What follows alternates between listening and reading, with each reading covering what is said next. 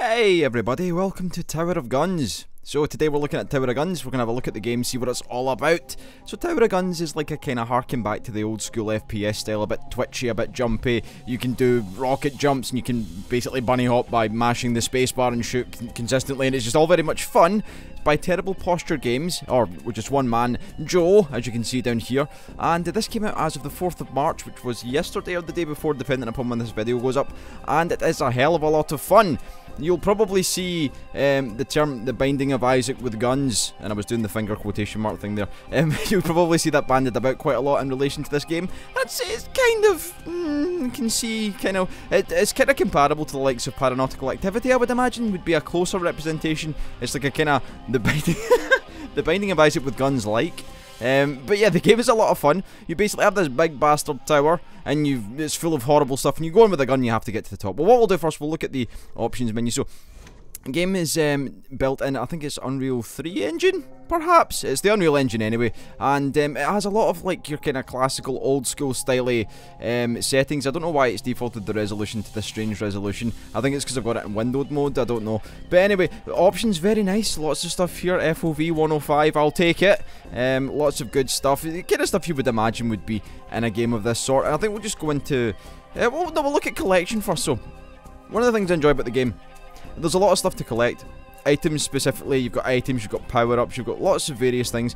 Win-death ratio. So you'll see that I may have played the game for 2 hours, give or take, but I've not actually got my way through the game entirely. I got to the last boss in my second most recent run and died horribly, but it's not easy. Certainly not easy, but there's a lot of collectibles, a lot that I haven't seen so far. This, I think, is this the one with the cats?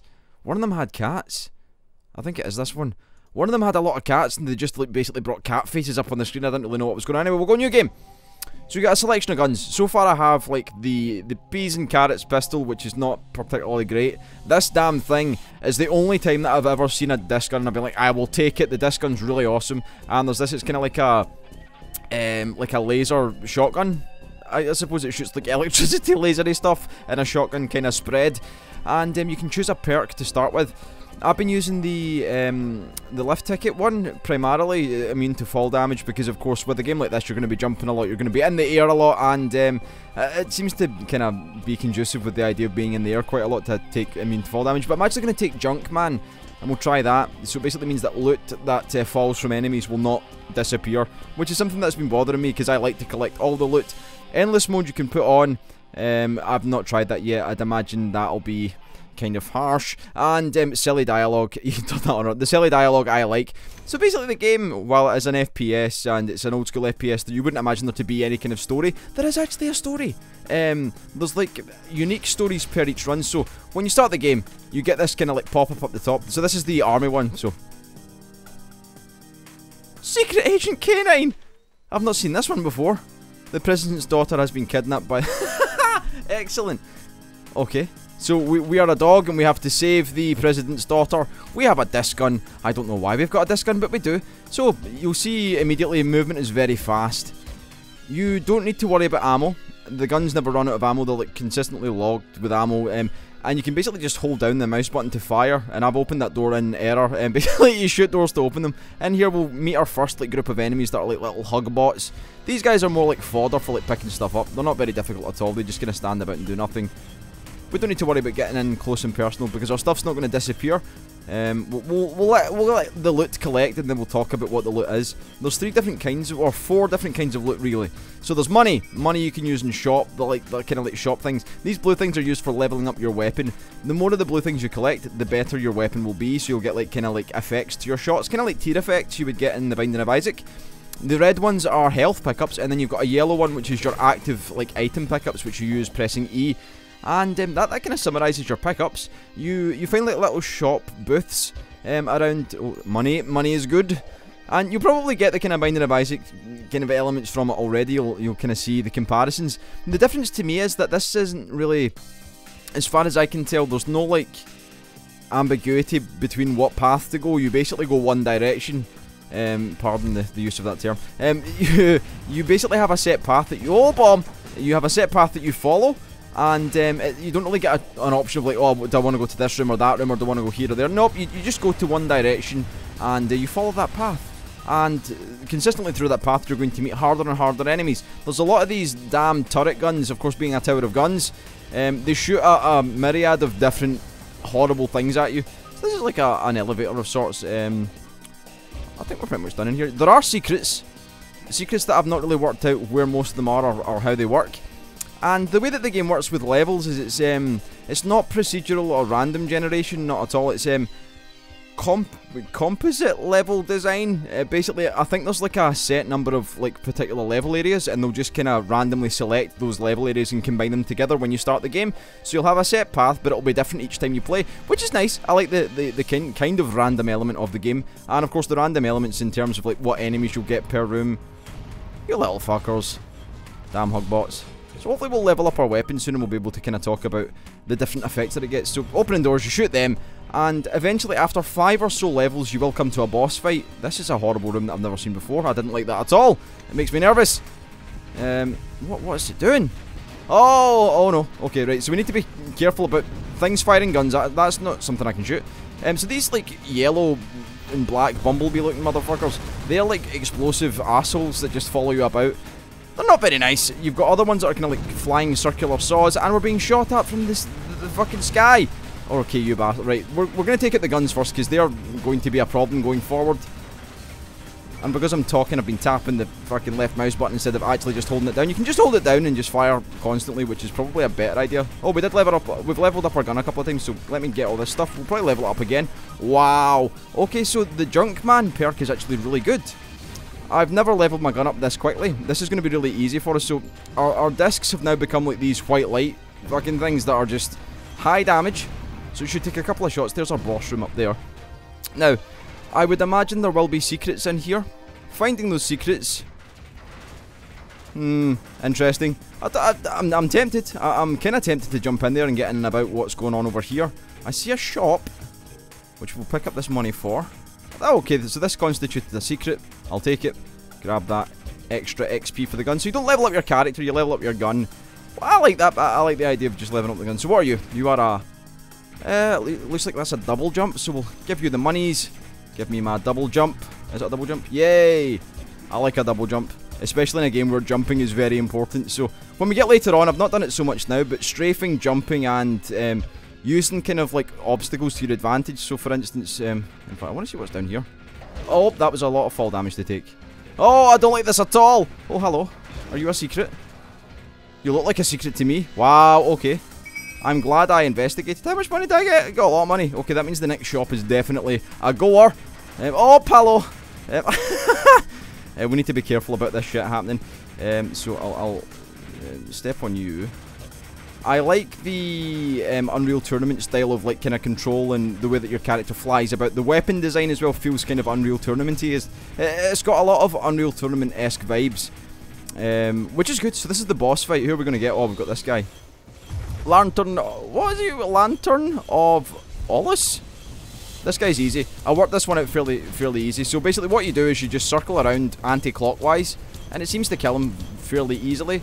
He'll shoot out stuff. Okay, we're getting hit by the stuff. That's bad. When you take damage, so this is an important factor of the game. When you take damage in the game, it will actually level down your weapon, so you'll lose all the levels that you've got on your weapon. So say if I was like level 5, which I think is the max level your weapon can get to, if I had taken a substantial amount of damage, I might go down to like level 3 and I'll need to build it all back up again. What are you? You're an active, but I don't know what you are. So you press E to use the active. You're a bombot canister. We might as well have a swatch and see what it does since we're going down to the... in fact, we can use it in here because there will be some hug bots. We've got any secrets? So one thing I've noticed is a lot of the secrets I think are perk or active ability kind of specific. So there are certain situations... I'm going to just throw you in here. Go on, son. Oh no. What's going on? I didn't like that at all. That was a bad use of the whatever the fuck that is. What are you hearting me for? So the hug bots, these guys are quite cool. I like the way they're implemented in this. So at the end of a kind of a level area, you'll be presented with a couple of hug bots, and they'll always give you good drops. Like you'll always get like a bit of health, a bit of stuff, and this is going to be some extra health. So a health pickup, very nice. Any secrets in here? No, there's certainly not. So that kind of summarises the first kind of entrance area. The difficulty ramps up substantially when you start moving through, and really what I'd like to do is start unlocking better guns, because that's kind of what this game's all about. You want guns, a tower of guns, you want a good gun to go in the tower of guns and shoot stuff. So what did we get? We've done it in 7 minutes. Stage par 3.51? I've never actually beaten it in the time that it specifies, so I'm wondering what kind of additional benefit that would give you. Perhaps that's kind of a way to unlock guns. It does tell you how to unlock certain things through the menu. We'll press space and we'll continue. So I've been having like a hell of a lot of fun with this. It's kind of billed as a lunchtime game of sorts, a game that you can jump into, play for an hour. It says on average to complete the game it should take roughly about an hour. The run that I got to the last level took me 30 minutes ish, and I rushed through. So this is the second area, the foundry, and it has lava. Lava hurts, as video games have told us all through time. What are these for? Are these like little modified hug bots? I say they're like, oh palo. Okay, so we need to be careful about this, because I don't want to start losing levels on the gun. I'm quite happy with where it is. So the yellow pickups are pickups for the active effect, like I said. Hello, Steam giving me stuff. What are you giving me? You giving me trading cards? Is that what you're doing, Steam? Distracting me. There will be a secret through here, because my game understands games. No, my brain understands games. Hello, nurse. What are you? You are a item charge. Okay. Oh, lava, please let me through. Okay, there we go. I'm gonna come down here and see what there's going on. Aha! Okay, so there's a big bastard gun. Give me the stuff. Nice. So there's a nice passive ability you can get, which will be like a kind of like the magnet in the Binding of Isaac, where you can draw items towards you, which is very useful. Especially if you've got this Junkman perk where nothing disappears. Can I not get... Oh yeah, I've got double jump. Haha! There we go, very good. Nice, solid play. So we're going to be maxing out our gun relatively quickly, and I think it's all thanks to the Junkman for keeping our drops there. I think it's like 30 seconds they'll last for before they disappear, which isn't wholly terrible. It's just that sometimes the levels can be quite expansive, like this level for instance. How the fuck am I going to get up there? We're going to have to do a double jump. Whoop, and a whoa! Oh, the skills! I've played games, I know how they work. So sometimes the levels are quite expansive, so getting to the drops that you've unleashed from dead enemies can sometimes be a bit hard before they disappear. But again, I haven't had too many difficulties with that. I think really like the kind of difficulty lies in being able to kind of negotiate your way around the shots, because it can become quite bullet hell-ish. Oh, lasers are bad. Right, I need to fucking get rid of you fuckers. So we'll deal with the big guys first, and then we'll deal with the... Stop clicking the button, Tom, just hold it down. You've played this before, you know how to do it. Oh, hello. So basically what we'll need to do is get rid of these fucking things. If we can, that would be nice. I think where we are, we can't be hit by them. I'm tempted to say. Now, because our bullets are projectiles, sometimes I find myself missing moving targets quite regularly. Come on now, please. Maybe if I aim this way. Maybe I should aim ahead. You just not want to die, no? Is that how the game is? I've completely lost where I am. Okay, we're here. The good thing about it is I don't need to rush about and pick up the stuff, because it will stay where it is. Maybe I can do a sneaky one. Oh, fuck it, we touched the fire. We touched the lava. That was not good. I don't really need that yellow one. That's fine for it to stay there. I don't really need to bother with these guys. Like, they're not really doing anything. I could just, like, shoot this and just move on my merry way. One thing I've not really looked at is moving enemies, whether or not going into... Well, I suppose the door closes, but... whether there's any kind of, like, benefit to just, like, running through rooms. Whether... I suppose... The benefit would be completing it quicker. The downside would be not picking up any monies or drops or anything, which is not entirely good. So you'll see, things are becoming a little busy. Hello, little fiery guys. What I really want is like a machine gun or something. The disc gun, while it's pretty awesome. Oh, well, we're okay actually. We're still going to level up our gun, hopefully, by the end of this level, I would imagine. Or this particular room.